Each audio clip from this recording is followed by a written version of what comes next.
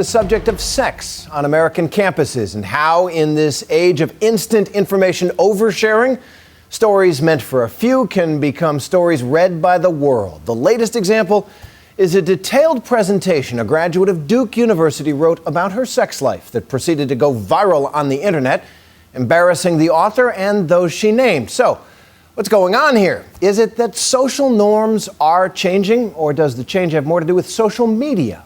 Vicki Mabry reports for our series, Modern Sex in America.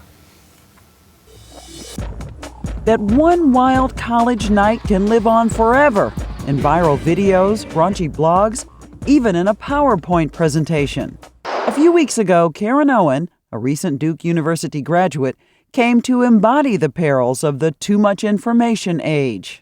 A recent Duke University graduate has a lot of explaining to do. When she cataloged her campus conquests recently in a 42-page document that became a viral sensation. There's pictures of the men, their names, everything. The report, quickly dubbed the sex thesis, came complete with photos, bar graphs, and ratings of the 13 men she claims to have bedded. The trouble was, she says she never intended it to go public. So just move up here. If you want. Owen's not the only one to divulge all the gory details.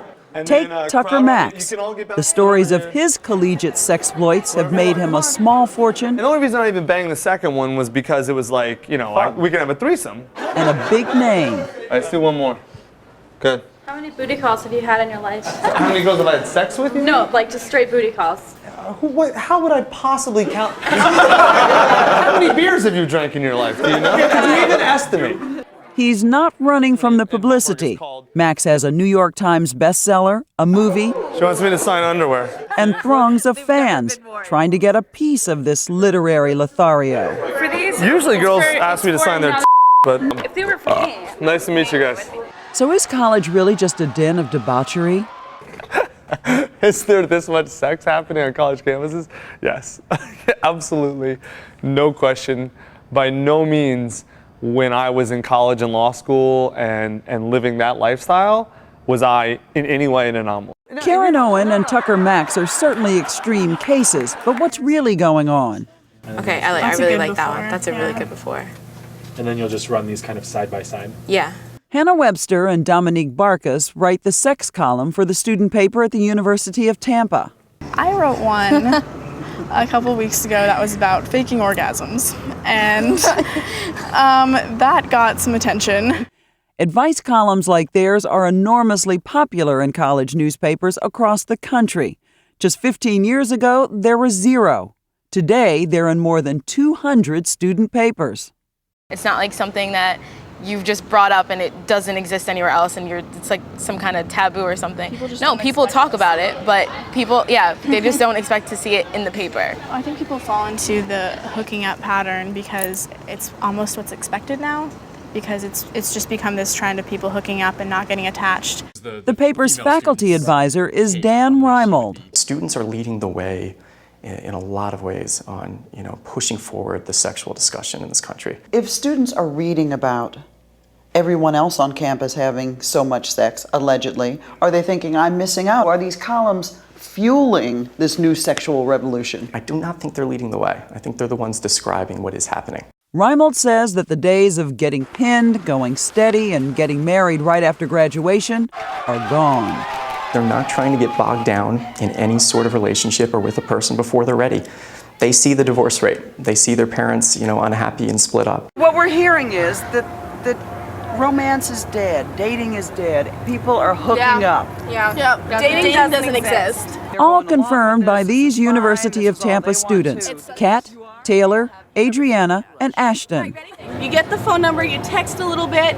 Depends whether you meet them at the bar or you meet them on campus. You go out one night, there's usually underage drinking involved. 90% of the time. 90% of the time. You end up going back together.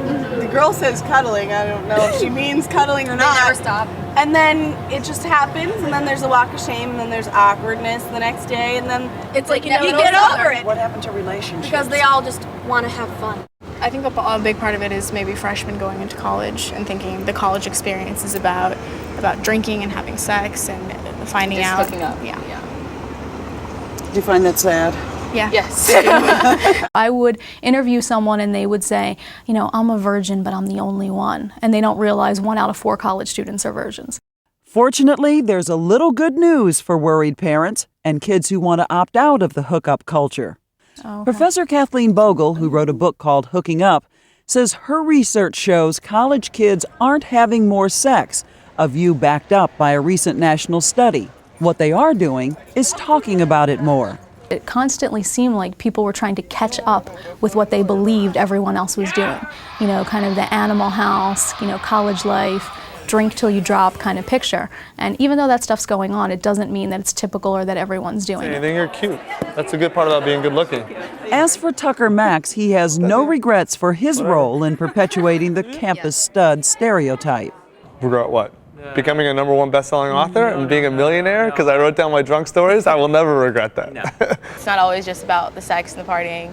You know, some of us, they are looking for love and like they want relationships. So like not every campus is the same, but I believe that all of the stereotypical things that go on in college, they do happen. So we shouldn't just ignore them, but we shouldn't just generalize that everyone's doing it. But they certainly are talking about it. This is Vicki Mabry for Nightline in Tampa.